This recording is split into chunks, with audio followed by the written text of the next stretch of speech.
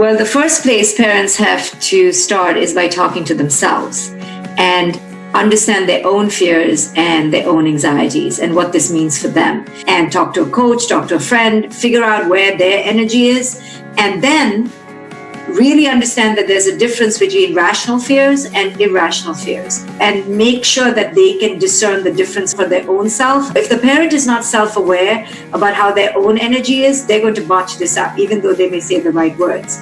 It's all about energy with which you talk to your children. At school, you have a structure, rules, where to go, and same here.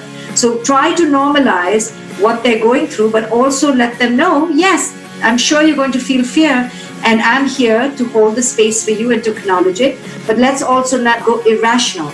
By irrational, I mean spending a lot of time on future-based thoughts and thoughts that haven't yet shown up in reality. And I teach meditation and I'm a mindfulness teacher. So what I do with that is help parents come into the present moment and enter gratitude and power, resilience, courage in the present moment.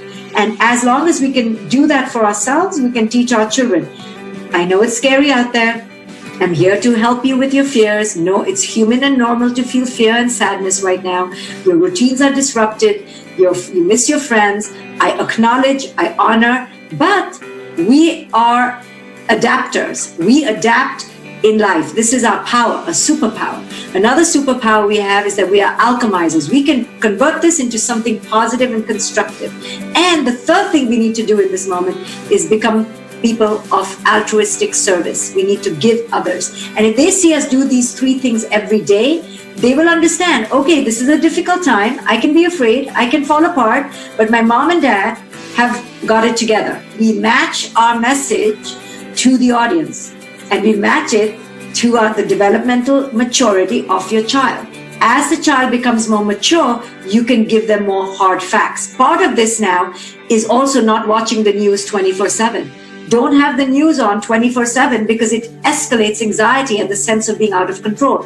Watch it late at night when you can, especially if you have young children, because they don't need to absorb our anxiety right now. They need to be comfortable, confident, resilient, and anxiety-free. Kids, for the most part, are pretty resilient, for the most part. And if your kid was already veering towards depression, we have to keep a special eye on those kids and be extra proactive to get them to express their feelings, share their feelings, and feel like they have a safe space to emote.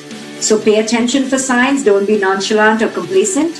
But on the other hand, also preempt some anxiety in your children and talk about it. Don't let them feel like they're strange and alien to feel it, that they're normal and human. But this is how I transform my anxiety into resilience, right? In fact, I have a book here called Superpowered. It's coming out in September, and we've been giving away free teachings of this book. It's called Transform Anxiety into Confidence, Courage, and Resilience. So this is exactly what I teach parents how to do on a daily basis. The ideal medication if you're feeling low is to meditate and not rely on any outside medication, because those are typically transient and temporary. So the reason we're feeling low right now is because we are facing a never before seen type of uncertainty. Even though life was always uncertain, it was never uncertain like this. So my job as a psychologist is to help people normalize their anxiety, let the anxiety be a part of their existence, not to be afraid of anxiety, but I give them techniques to cope through the anxiety. You see, we were always living on the edge. It's just that we were dulled to it by our comfort. You know, we human beings are capable of living in reality no matter how painful it is. We don't have to run away. And marijuana, alcohol, drugs, substances makes us run away from reality. There are many, many mental health angels out there right now, teachers like me giving our free services. This is the time. The internet is our friend, and we should use virtual connection right now to raise our vibration.